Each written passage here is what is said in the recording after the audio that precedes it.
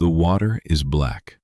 It is the middle of the night on the Sea of Galilee, and the wind has been building for hours. The disciples are in the boat.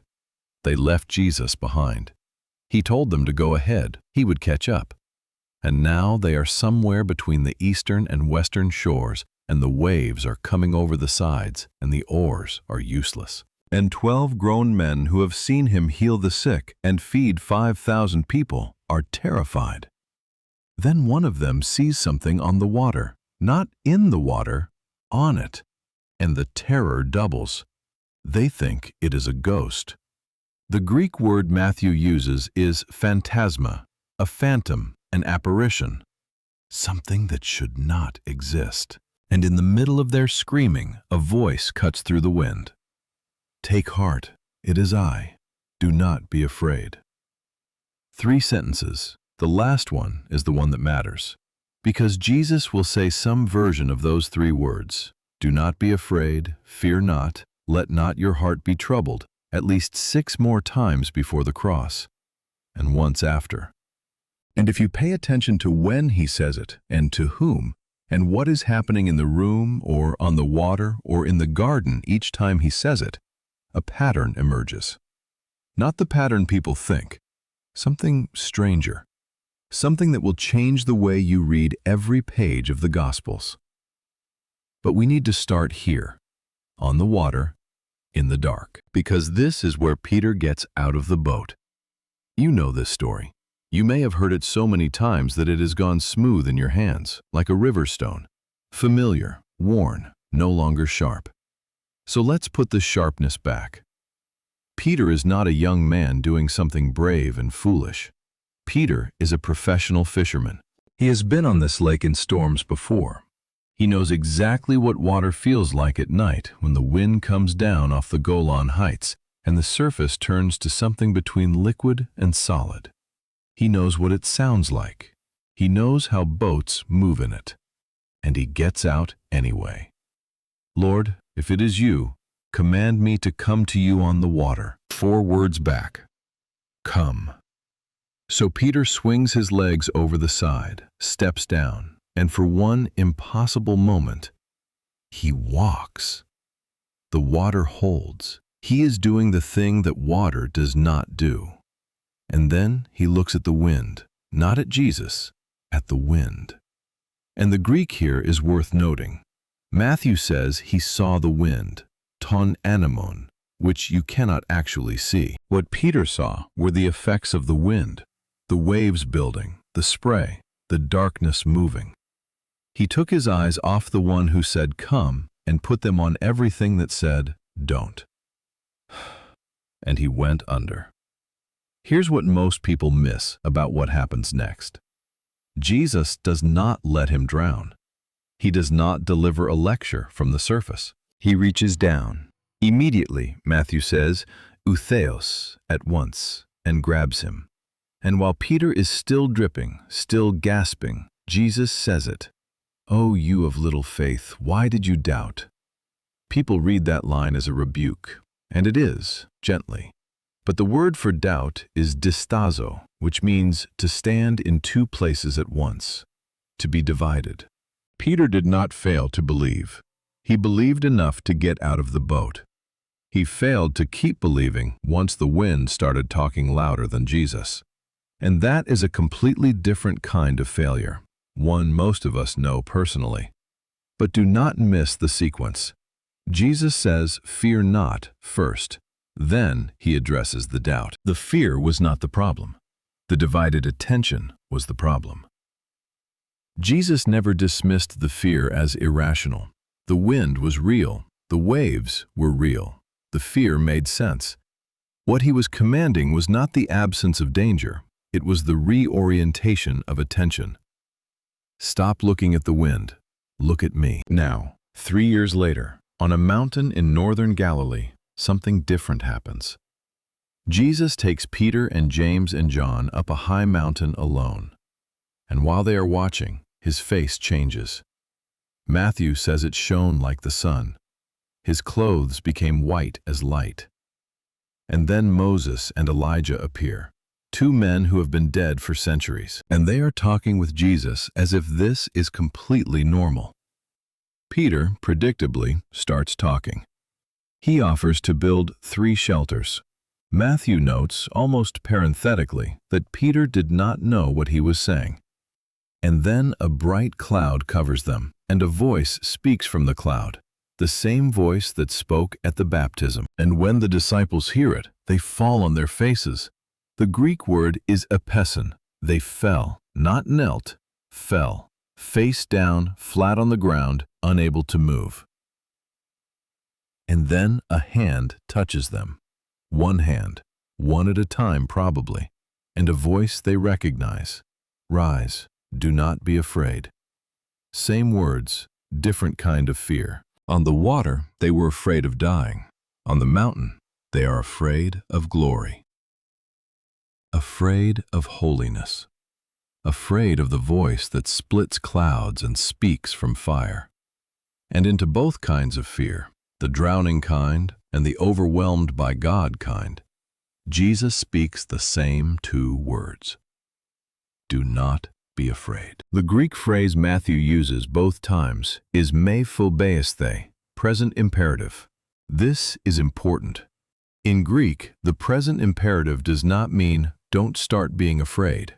It means stop. The action is already in progress. He is not warning them in advance. He is speaking into an ongoing state. The fear is already there. He knows it is there. He is not pretending it isn't. He is commanding it, the way he commanded the wind on this same lake, with authority, not with dismissal.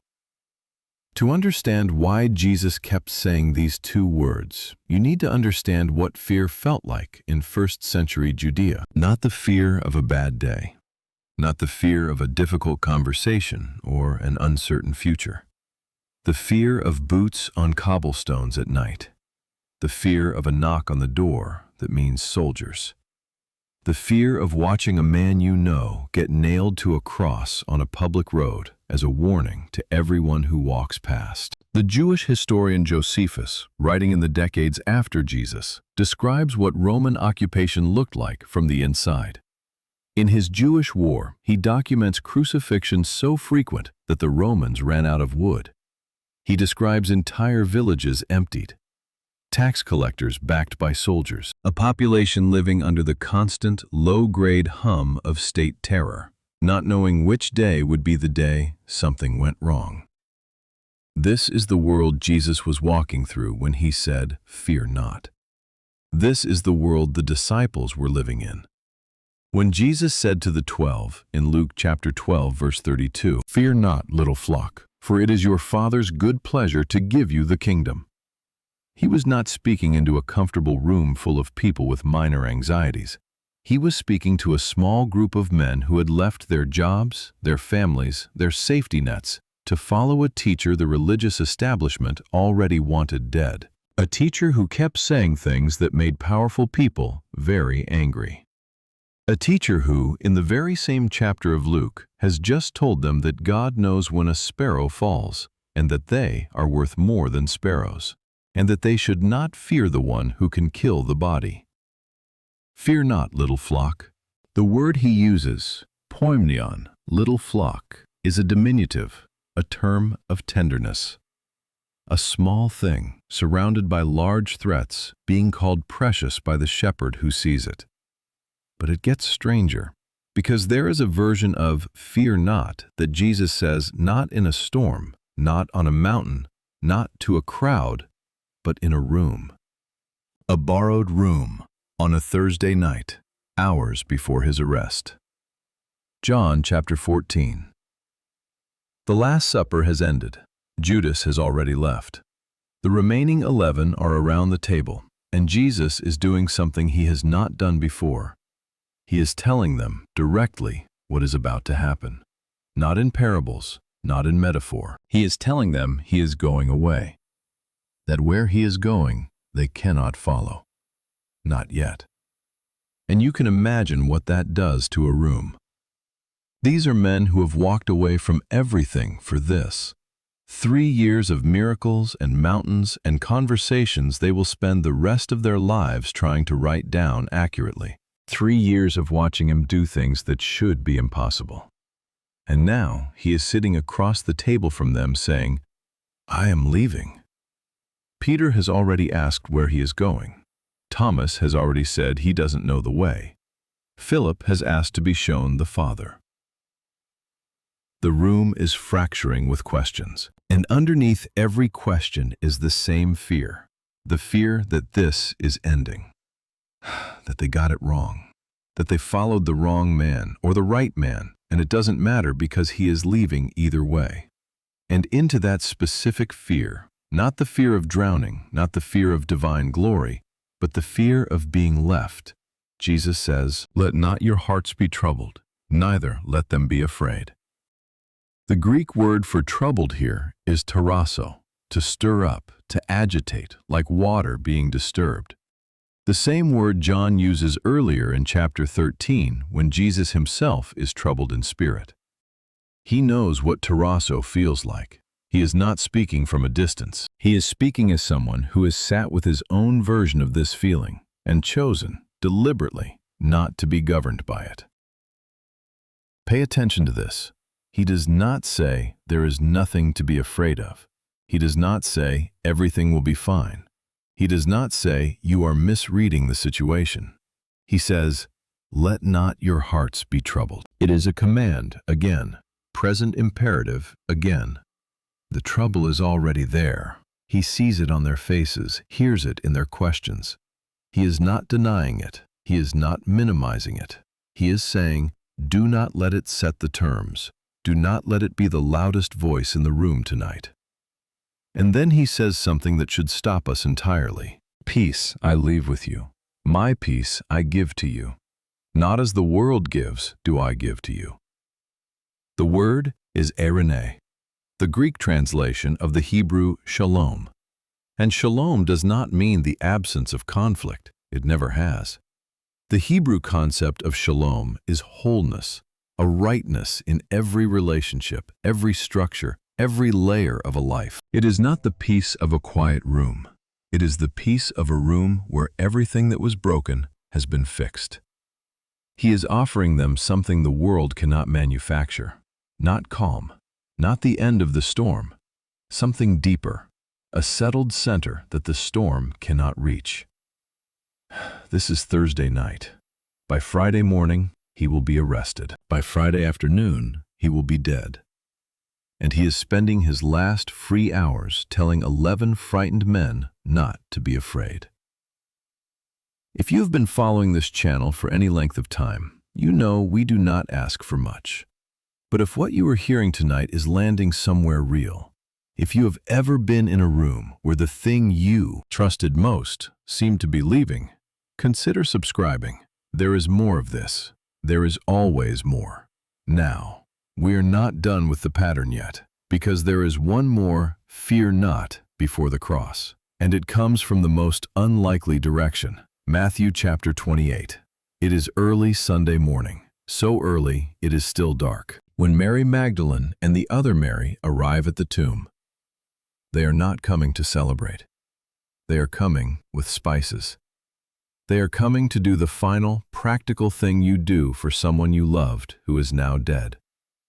They are not expecting anything except a sealed stone and the smell of burial wrappings and grief that has no floor. What they find instead is an earthquake, an angel, a stone rolled away, guards collapsed like dead men. And the angel says, you already know what the angel says. Do not be afraid. Same words, same present imperative. But this time, they are not afraid of a storm, or of glory, or of being abandoned. They are afraid of the impossible. They are standing at the intersection of everything they thought they knew about how the world works, and something that does not fit. The stone is gone. The tomb is empty. The angel is telling them he is risen, and then, running away from the tomb, not yet sure what to do with any of this, they meet him. Matthew says he met them. He came to them. They did not find him. He found them on the road while they were still running. And he says it again, "Do not be afraid." Mary Magdalene came to anoint a corpse. She left having been told by the man she came to mourn not to be afraid. That is the last time Jesus says it. But it is not the last time he says it in Scripture. Now we get to the island. To understand what happens on Patmos, you need to understand who John is by the time he gets there. This is not the young man who ran to the tomb and outran Peter. This is not the disciple leaning against Jesus at the Last Supper, still young enough. By the time John is exiled to Patmos, the historian Eusebius tells us he is somewhere in his 90s, the last surviving member of the 12. Every other apostle is dead, most of them violently. Peter crucified upside down, James beheaded, Thomas killed in India, Bartholomew skinned alive, if the traditions are to be believed. John has outlived them all. He has spent decades building churches, writing letters, watching the communities Jesus started get scattered and persecuted under Nero, under Vespasian, and now under Domitian, an emperor who demanded to be addressed as Dominus et Deus, Lord and God, and who dealt with Christians by exile or execution. John got exile. The island of Patmos, black volcanic rock, roughly 13 square miles in the middle of the Aegean Sea, was used by Rome as a penal colony. You did not go there. You were sent there. And so the last apostle ends up alone on a black rock in the middle of the sea. He is not writing from a comfortable study. He is not composing theology in a warm room with good light. He is an old man, exiled, watching the church he has spent his entire adult life building get ground down by an empire. Writing to 7 churches he can no longer visit, trying to tell them something true about what is coming and what it means and why they should not give up. And then, on a Sunday, in the Spirit, he hears a voice behind him. The voice is like a trumpet. That is the first thing he says. Not like a person speaking loudly, like a trumpet. An instrument designed to carry across distance, across noise, across the chaos of a battlefield. A sound that demands your full attention. John turns. What he sees, the description takes 7 verses, and even then it feels inadequate. Someone like a son of man, standing among 7 golden lampstands, hair white as wool, white as snow, eyes like a flame of fire, feet like burnished bronze refined in a furnace, a voice like the roar of many waters, a face like the sun shining in full strength. And John, the man who leaned on Jesus at supper, who stood at the foot of the cross, who ran to the empty tomb, who has walked with the risen Christ, who has spent 70 years thinking about him, writing about him, telling everyone he meets about him. John falls, not to his knees, not in a reverent bow. He falls like a dead man, face down, unable to move, overwhelmed entirely. And then, a hand, one hand on his shoulder, and a voice he has not heard in the flesh for 60 years. Stay with me. Because what Jesus says next to this specific man in this specific moment is not a new message. It is the oldest message in the Gospels. The first thing he said to a drowning fisherman on a black lake in Galilee. The first thing he said to 2 terrified disciples lying face down on a mountain. The first thing he said to 11 men coming apart at a table on the last night of his life. The first thing he said to a woman standing outside an empty tomb who came to mourn and found something she had no category for. Fear not. 2 words, same 2 words. Across 30 years of ministry, across the resurrection, across 6 decades of silence, the first thing he says to the last man standing is the same thing. Do not be afraid. Here's the part nobody tells you. John does not need to be told not to be afraid of dying. He is 90 years old. Every friend he ever had is already dead. He has been exiled to a prison island. Death, for John, is not the thing he is afraid of. Death is the door his friends all walked through before him. What John is afraid of, if we read the letter carefully, if we sit with the 7 churches he is writing to, with Smyrna being persecuted and Pergamum compromising, and Sardis nearly dead, and Laodicea lukewarm and comfortable and blind, what John is afraid of is that it is not working, that the church is losing, that the empire is winning, that 60 years of his life poured into something that is slowly being extinguished by a man who calls himself Lord and God on a coin. He is not afraid of the grave. He is afraid that the thing Jesus started is going to flicker out. And into that fear, the fear of a man who has given everything, Jesus puts his hand on his shoulder and says, "Fear not. I am the first and the last, the living one. I died, and behold, I am alive forevermore, and I have the keys of death and Hades." Not, everything is fine. Not, the empire will fall tomorrow. Not, the churches will stop struggling. I have the keys. Whatever you are afraid of losing, I hold the door. This is the pattern. This is what every single instance of fear not in the mouth of Jesus has been building toward. He never said it to someone whose life was going well. He never said it as a precaution, a warning in advance of difficulty.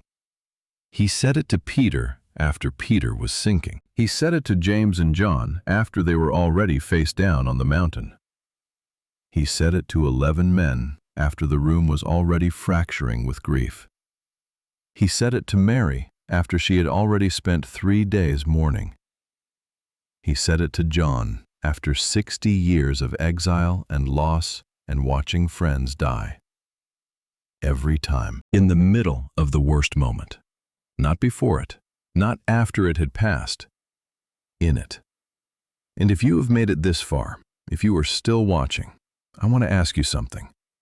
Leave a comment below with one word, just one word that describes what you are afraid of right now. You do not have to explain it. One word.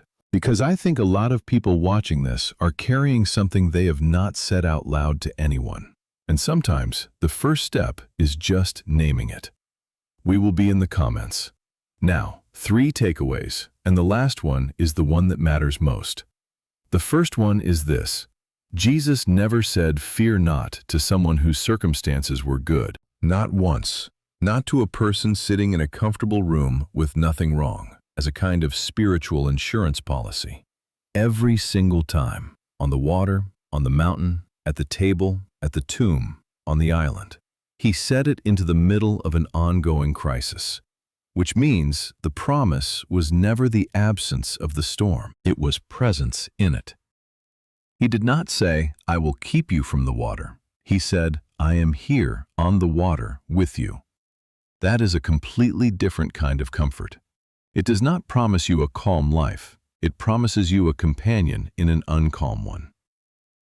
The second takeaway is smaller, but do not let it be. The Greek command, me phobiasthe, stop being afraid, is present imperative. That means every time Jesus said it, the fear was already happening. He was not dismissing it. He was not telling them they were wrong to feel it. He was not saying a person of real faith would not be afraid right now. He was acknowledging the fear as real, naming it, and then speaking directly into it with authority. Which means, if you are afraid right now, genuinely, deeply, in a way that feels too large to say out loud, you are not failing. You are not lacking faith. You are in exactly the condition of every person Jesus ever said these words to. And the third one. The one that has stayed with me since I first mapped this pattern. The last person in Scripture to hear Jesus say, "Fear not," was not a young disciple full of potential. It was not someone at the beginning of their story. It was an old man, alone, on a prison island, watching everything he had given his life to seem to be losing. 90 years old, exiled, outliving everyone he loved, with nothing left to offer except the letters he was writing on borrowed time to churches he could no longer reach. And Jesus came to him there, not to a temple, not to a crowd,